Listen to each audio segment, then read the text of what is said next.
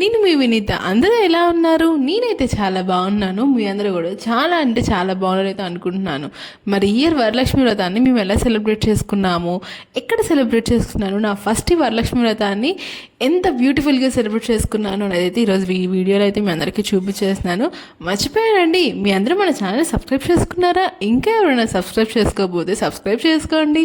And మీరు ఈ year Varalakshmi వ్రతాన్ని ఎలా సెలబ్రేట్ చేసుకున్నారు, ఏ వీక్ సెలబ్రేట్ చేసుకున్నారు కూడా కింద కామెంట్ సెక్షన్లో చెప్పండి. నేనైతే సెకండ్ వీక్ సెలబ్రేట్ చేసుకున్నాము మా అత్తయ్య వాళ్ళ ఇంట్లో. మా మమ్మీ సైడ్ వాళ్ళు కూడా అందరూ కలిసి అయితే మేము వరలక్ష్మి వ్రతాన్ని సెలబ్రేట్ చేసుకుంటూ ఉంటాము. ఎప్పుడు అమ్మమ్మ వాళ్ళ ఇంట్లో కానీ, నేను పెద్దమ్మ వాళ్ళు, మా పెద్దమ్మ వాళ్ళ పిల్లలు అందరం కలిసి మ్యారేజ్కి ముందు అమ్మమ్మ వాళ్ళ ఇంట్లో సెలబ్రేట్ చేసుకునే వాళ్ళం. కానీ మ్యారేజ్ ఎందుకు ఫస్ట్ టైం కాబట్టి అత్తయ్య వాళ్ళ ఇంట్లోనే సెలబ్రేట్ చేసుకున్నాము.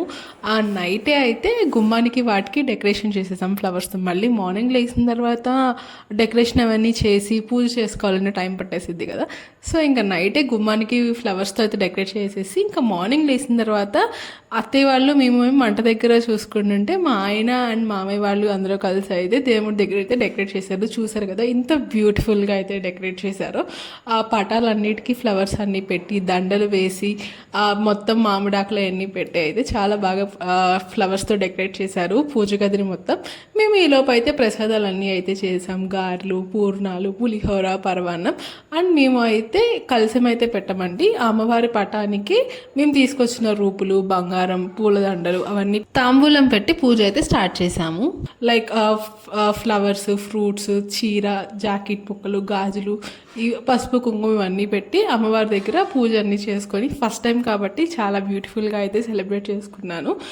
నేనైతే ఫస్ట్ టైంలో చాలా అంటే చాలా కొత్తగా నేర్చుకుంటున్నాను. అమ్మమ్మ వాళ్ళ సైడ్ ఏంటంటే అమ్మవారి బొమ్మను పెట్టి మనకి కలశం అన్నీ పెట్టి చేస్తారు. ఇటు సైడ్ అయితే మా అత్తయ్య వాళ్ళ సైడ్ కలశం అయితే లేదు. సో అలా పూజను అయితే స్టార్ట్ చేసి అట్లా పూజను అయితే కంప్లీట్ చేసేసిన తర్వాత ఇంకా బ్యూటిఫుల్గా ఫొటోస్ అవన్నీ దిగేసి అందరి దగ్గర ఆశీర్వాదాలు అయితే తీసుకొని ఇయర్ వరలక్ష్మి వ్రతాన్ని అయితే ఇట్లా స్టార్ట్ చేసాం. చూసారు కదా ఇంత బ్యూటిఫుల్గా డెకరేట్ చేసి అండ్ అమ్మవారి దగ్గర అయితే మంచిగా పూజ చేసుకున్న తర్వాత ఈవినింగ్ బందర్లో ఉన్న మహాలక్ష్మి టెంపుల్కి అయితే వెళ్తాము. దేవుడి దగ్గర పెట్టిన శారీ కట్టుకొని అమ్మవారి గుడికి వెళ్ళి దర్శనం చేసుకొని అయితే వస్తాము. ఈ ఇయర్ వరలక్ష్మి వ్రతం అయితే ఇలా సెలబ్రేట్ చేసుకున్నాను నేనైతే. పూజ అన్ని కంప్లీట్ చేసినసరికి అరౌండ్ 11:30 to 12 అయితే అయిపోయింది. ఇంకా పిండి వంటలు ఏమేమి చేసామని అయితే చూపించేస్తున్నాను. గారెలు, పూర్ణాలు, దాంతోపాటు పులిహోర, పరవాన్నం అండ్ మనకి గారెల్లోకి పచ్చడి, టమాటా పచ్చడి చేసాము. అండ్ దాంతోపాటు టమాటా పప్పు అండ్ చిక్కుడుకాయ. ఇవన్నీ అయితే ఈరోజు ఈ మెనూలో అయితే మేము సెలబ్రేట్ చేసుకున్నాము. దాంతోపాటు ఇవన్నీ అయితే మేము ప్రిపేర్ చేసుకున్నాము.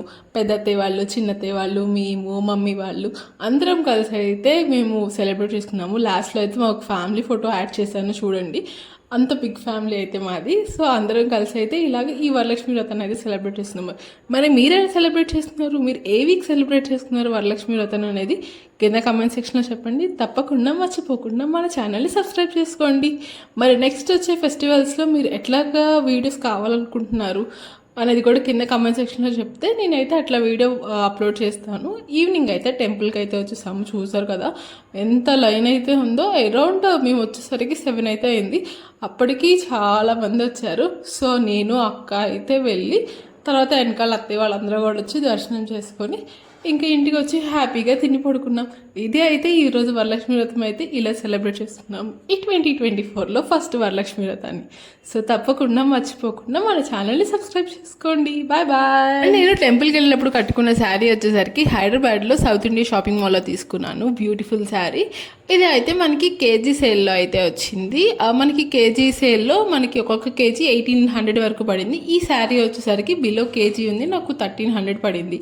అండ్ బ్లౌజ్ డిజైన్ చేయించుకున్నాను.